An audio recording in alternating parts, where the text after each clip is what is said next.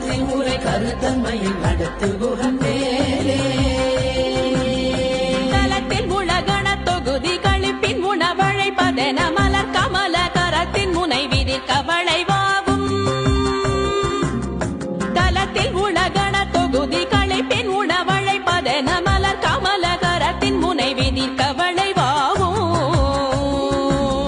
திருத்தணியில் உதித்தருளும் ஒருத்தன் மலை விருத்தன் என உள்ளத்தில் உரை கருத்தன்மையில் நடத்து குகன்